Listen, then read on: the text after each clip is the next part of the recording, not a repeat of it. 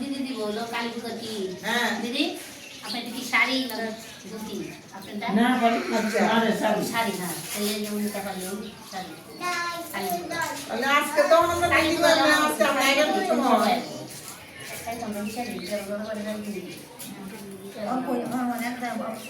আচ্ছা তো শুক্রবার দিন তাহলে দেখা করব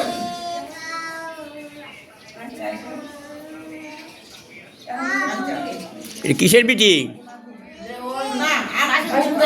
বাসন্তী পূজা। ও বাসন্তী পূজা কবে?